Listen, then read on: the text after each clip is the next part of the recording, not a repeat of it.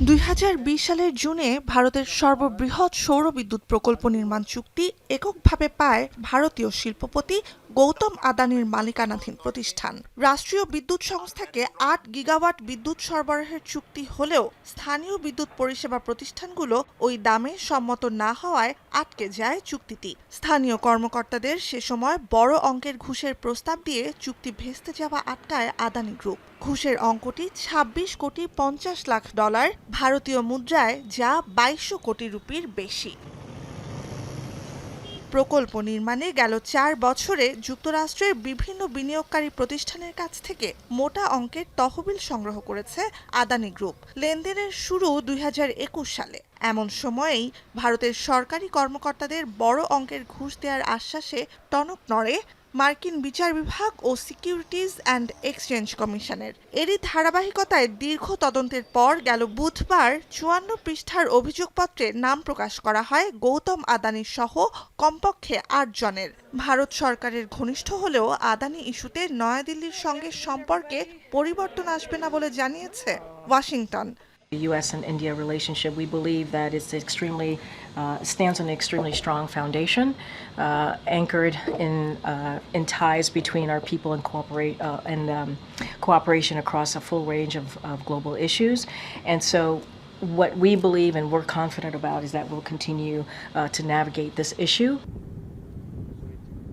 চুক্তি বাস্তবায়ন হলে এ প্রকল্প থেকে আগামী 20 বছরে $200 কোটি লাভ হতো ভারতের অন্যতম শীর্ষ শিল্প সংস্থা আদানি গ্রুপের।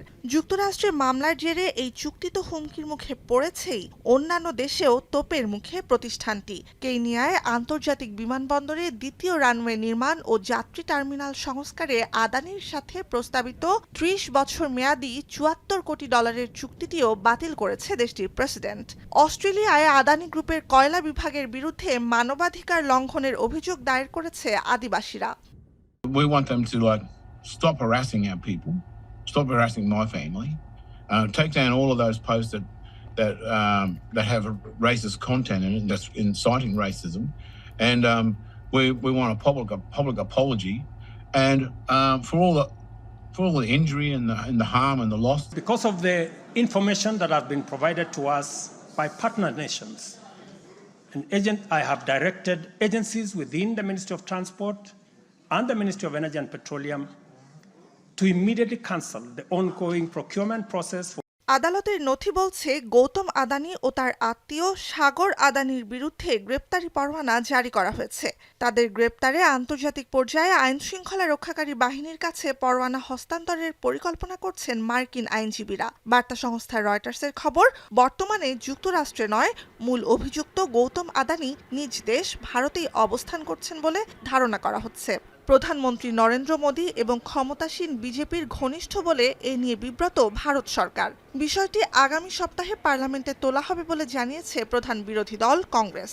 हम लोगों का स्पष्ट मानना है, जहां तक कंपनी और कंपनी का केस का विषय है, कंपनी उस पर अपना स्टेटमेंट जारी करेगी, कंपनी उस पर अपना बचाव स्वयं करेगी।